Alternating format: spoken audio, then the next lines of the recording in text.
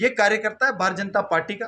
मेंढी का सरपंच जो है वो कार्यकर्ता है भारतीय जनता पार्टी के, और ये बिरला जी के ओएसडी के इशारे के ऊपर उसको बचाने के लिए ये सारा खेल रचा जा रहा है।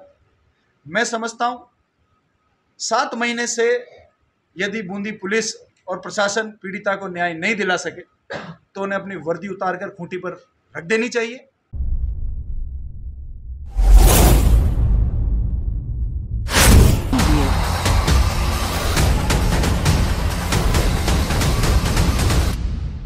रेप की एफआईआर दर्ज हुई, थाने में उसको बलात्कार माना गया।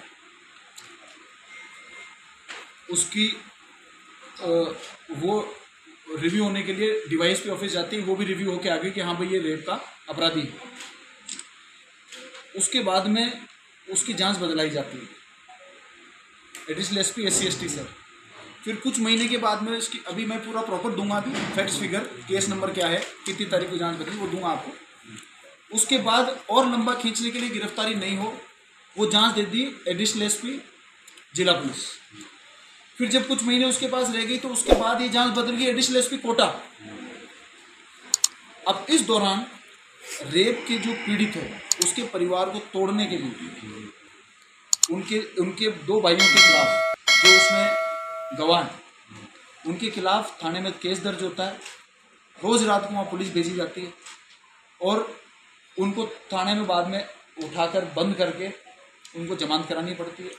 3 दिन पहले 20 लोगों ने, जो रेप की पीड़िता है उसके परिवार के लोगों को उनके घर के बाहर पीट के अधमरा करके अस्पताल में रखा। एक तरफ ये प्रक्रिया हो रही है कि इसकी जांच बदलते रहो ताकि गिरफ्तारी नहीं हो, और एक तरफ उसके परिवार को, उनके गवाहों को तोड़ने का काम किया जाए। अब मुझे तो लगता है कि अगर ऐसा केस अगर दब जाता है और जो पीड़िता जिसके साथ रेप हुआ उसका हस्बैंड ना बोल सकता ना सुन सकता, ऐसे परिवार की लड़की के साथ में इतना बड़ा अन्याय हो गया और जिम्मेदार लोग उसको छुपाना और बचाना चाह रहे हैं, इससे बड़ा पाप इस धरती में नहीं हो सकता। और उनके परिवार की विल को तोड़ने के लिए, उनकी आत्मशक्ति को तोड़ने के लिए, गांव को डराने के लिए, उनको पहले तो गिरफ्तार किया गया, तब भी वो नहीं टूटे, बयान नहीं बदल रहे, क्योंकि जहां भी जांच हो रही बयान तो वही दे रहे, सच बोल रहे हैं। अब उनके बड़ी गली में, बड़े गांव के अंदर, मैं आपको वीडियो दिखाऊंगा, उनके घर के बाहर, उनकी गली के अंदर उनके परिवार के लोगों को 20-25 लोगों द्वारा अधमरा करके अस्पताल भेजा गया। इस केस के लिए आज से 1 महीना पहले पूरा का पूरा गांव उठ के 250 लोगों ने एसपी साहब को ज्ञापन दिया। आज वो इतने डरे हुए हैं कि 20 आदमी भी निकल गए। बात ये नहीं है, बात यह है कि केस तो दर्ज हो गया और बात तो हो गई, आज पलटा लिया तो हमारे राज में हम वापस खुलवा लेंगे उसमें। लेकिन क्या अब जिम्मेदार लोगों के पास पद इसीलिए रह गए क्या कि लड़कियों के बलात्कार हों और उन बलात्कारियों को दबाया जाए, उनके परिवारों को परेशान किया जाए? क्या अब जमीर और धर्म किसी का जीवित ही नहीं रहा? हम इसलिए 6 महीने में मैंने एसपीओ से 4 बार बात कर, अपने को पुलिस की प्रक्रिया पे भरोसा है कि यार कोई बात नहीं, जांच बदल गई होगी। तो मैंने उनसे कहा कि भाई अपराधी तो है, गवाही तुम्हारी होगी, बट आखिर में अब तो उसके परिवार के लोगों पर हमला होने लग गया। 7 महीने हो गए, 8 अप्रैल को ये केस दर्ज हुआ था। अब उनकी विल टूटने वाली है, हम वो होने नहीं देंगे, बलात्कार के अपराधी को बचने नहीं। और मुझे लगता है कि अगर अपन सोसाइटी के जिम्मेदार नागरिक हैं, अगर हमारे घर में भी परिवार, बच्चे, बड़े बुजुर्ग हैं, तो हमको जिम्मेदारी के साथ में इस केस को उठाना चाहिए। जांच में जो भी आया जाएगा, गवाहों के ऊपर तो कार्रवाई होती है ना, आरोप लगाने से थोड़ी कोई आरोप सिद्ध होता है। वो तो गवाह देते हैं, मेडिकल रिपोर्ट्स होती हैं, गांव की गवाही होती है, उसके बाद जो भी जिसने अपराध किया उसको सजा मिले। लेकिन मैं आज यहाँ इसलिए आया, ये 5-10 लोग उनके गांव के ही हैं। पहले तो हम ज्ञापन देना चाह रहे थे एसपी साहब को, लेकिन आज एसपी साहब यहाँ पर हैं नहीं, तो हम डीजी साहब और सीएम साहब के नाम ही ज्ञापन मेल करा रहे हैं और वो ज्ञापन की एक कॉपी आपको दे देंगे और परसों परले दिन जयपुर में डीजी साहब को हम बाय हैंड जाकर ज्ञापन देंगे। तो एसपी साहब को तो क्या देना, आईजी साहब ने जब जिला बदली कर दिया तो एसपी साहब के हाथ में भी नहीं रही, क्योंकि उनकी पावर है 2 बार जांच बदलने की, वो 2 पावर वो इस्तेमाल कर चुके हैं, तीसरी बार जांच नहीं बदल सकते। अब आईजी साहब के पावर का इस्तेमाल करके इस केस को डिले किया। तीनों चारों मोटरसाइकिल वाले और ये उसके घर की बाहर वीडियो है, ये देखो सारे प्लान से 3 4 5 मोटरसाइकिल वाले सब इसी काम से हैं। सर ये तो दौड़ के ले रोक मारे अलग अलग लड़ाई। हाँ इसमें तो 2 करने लगे, इसमें जो कूटे ना इन्हें मारता है वो तो बंद करो इसे, दीवार जो रखने है फिर करा जा के दूसरा कूटे। ये केस का ही तो चाहिए। हां एक वो केस का ही चाहिए, वही तो बता रहे जी। ये जो मार खा रहे पड़ा हुआ है ना, वो भी जेल में मार रहे हैं सब बाहर। और एक बार वो वीडियो दिखाना गांव के अंदर, मेरे पास आ गया। हां मेरे पास नहीं है, इसमें है हां क्रॉस केस में उसका जो मार रहे देखो वो लगे लड़के की आवाज करना वॉल्यूम करना, ये लठ लेके यहाँ पर वो मार के पटका हुआ नीचे। उसका ससुर है कि कौन है? काकी ससुरा उसके काकी ससुरा। पूरा परिवार ही उनका ही है। जो लड़की जिसका रेप हुआ उसका काकी ससुरा है, वो जो जमीन पर पड़ा हुआ, जिसको गिरफ्तार नहीं कर रहे और उल्टा मार रहे। रात में सर उन्होंने लेडीजों के साथ आके पत्थरबाजी की सर घर पे रात को सर 8 बजे। अभी जो लट लेके घूम रहे हैं तो घर बैठे हैं और वो जमीन पे पड़े हैं वो जेल में।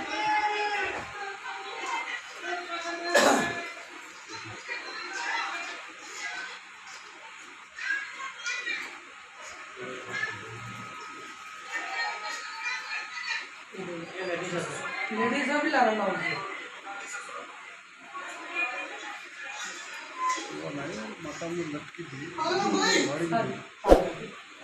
वो आटो पड़ेगी जी तो लड़की दे रही। हाँ वो ये वीडियो लड़के गंदा हुआ हमारा बड़े पापा, ये चश्मदीद गवाह है, इसको इंडोली जेल में भी डाला गया। मारे होते हैं ये अच्छे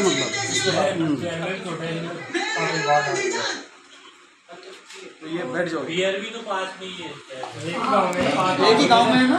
अच्छा इस परिवार के ऊपर अन्याय हो रहा है, उस परिवार की हर प्रकार से आवाज दबाने की कोशिश हो रही है। यार इसको एक बार बंद कर दो यार। साथियों नमस्कार, आज का जो ये मुद्दा मैं आप लोगों के सामने रख रहा हूँ, मैं पत्रकार साथियों से निवेदन करता हूँ कि जनता के सामने ऐसे मुद्दे आने चाहिए, क्योंकि ये जो क्रियाएं हो रही हैं ये समाज के लिए, बहन बेटियों के लिए, हमारे ज़िले की कानून व्यवस्था के लिए ठीक नहीं। एक एफआईआर नंबर जो कि दबलाना तहसील हिंडोली का थाना है, दबलाना के थाने में 8 अप्रैल 2024 को एक एफआईआर दर्ज होती है 96/2024। इसमें एक अमरपुरा मेंढी पंचायत का अमरपुरा गांव है, वहाँ की एक महिला रेप का आरोप लगाती है एक व्यक्ति के ऊपर।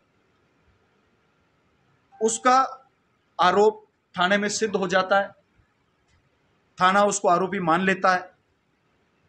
अनुमोदन होने के लिए डीवाईएसपी के पास मई महीने में 11 मई को जाती है, उनसे अनुमोदन हो जाता है और उसके बाद में इस केस को डिले करने के लिए 3 महीने के बाद में इसकी जांच बदल दी जाती है अतिरिक्त पुलिस SC/ST शाखा जसवीर जी मीणा के नाम 12/8/2024 को, ताकि इसमें गिरफ्तारी नहीं।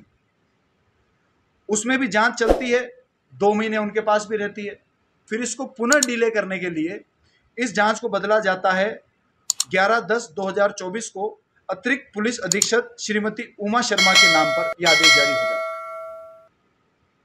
क्योंकि अपराधी तो वो है और अपराधी गवाहों के बयानों से पुलिस ने मान लिया उसको, अपराधी को बचा नहीं सकते, लेकिन इसको डिले कर सकते हैं। तो इसके बाद में IG कोटा रेंज इसको ले जाते हैं 23/10/2024 को पुनः इस फाइल को ट्रांसफर किया जाता है अतिरिक्त पुलिस अधीक्षक कोटा श्री संजय शर्मा के नाम पर, इसकी जांच बदल दी जाती है।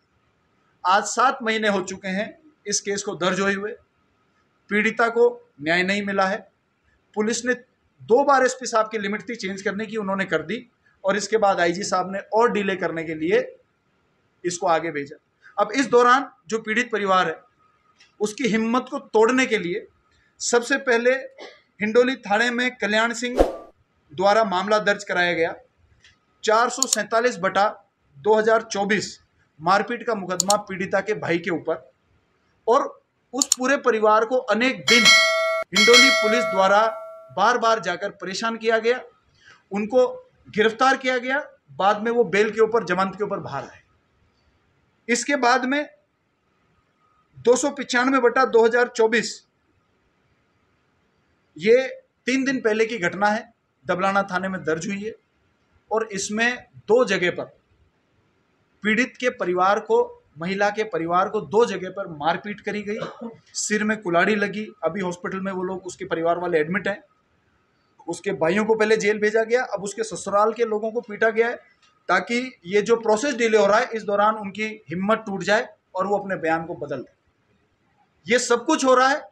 ये जो आदमी है ये कार्यकर्ता है भारतीय जनता पार्टी का। मेंडी का सरपंच जो है वो कार्यकर्ता है भारतीय जनता पार्टी के, और ये बिरला जी के ओएसडी के इशारे के ऊपर उसको बचाने के लिए ये सारा खेल रचा जा रहा है। मैं समझता हूं 7 महीने से यदि बूंदी पुलिस और प्रशासन पीड़िता को न्याय नहीं दिला सके तो उन्हें अपनी वर्दी उतारकर खूंटी पर रख देनी चाहिए, और ओएसडी की गुलामी करना ही अगर उनको स्वीकार है और उसके लिए उन्होंने यूपीएससी का एग्जाम क्लियर किया है, तो मुझे लगता है कि उनको शर्म आनी चाहिए कि 7 महीने से एक रेप की पीड़िता न्याय मांग रही है, उसके ससुर को पीटा जा रहा है, उसके भाइयों को पीटा जा रहा है, उसके परिवार के लोगों को पीटा जा रहा है। आज अस्पताल में अधमरी स्थिति में अटेम्प्ट टू मर्डर का केस उनके ऊपर लगना चाहिए, लेकिन पीटने वाले घर बैठे हैं, और पीटने वाले क्रॉस केस भी उनके ऊपर दर्ज कर दिया 296 नंबर 296 नंबर श्री रघुवीर के नाम से क्रॉस केस दर्ज करवा के, जिसके ऊपर क्रॉस केस हुआ वो लोग थाने में टूटे हालत में हैं। दबलाना पुलिस, बूंदी पुलिस इस आईजी की शय में खत्म हो चुके हैं, और माननीय मुख्यमंत्री जी को, डीजी पुलिस राजस्थान को आज मैं इसका ज्ञापन मेल कर रहा हूं। मुझे लगता है कि हफ्ता 10 दिन में पीड़िता को न्याय मिलनी चाहिए, और इस केस में पीड़िता और उसके परिवार की आवाज़ को नहीं दबाने दिया जाएगा।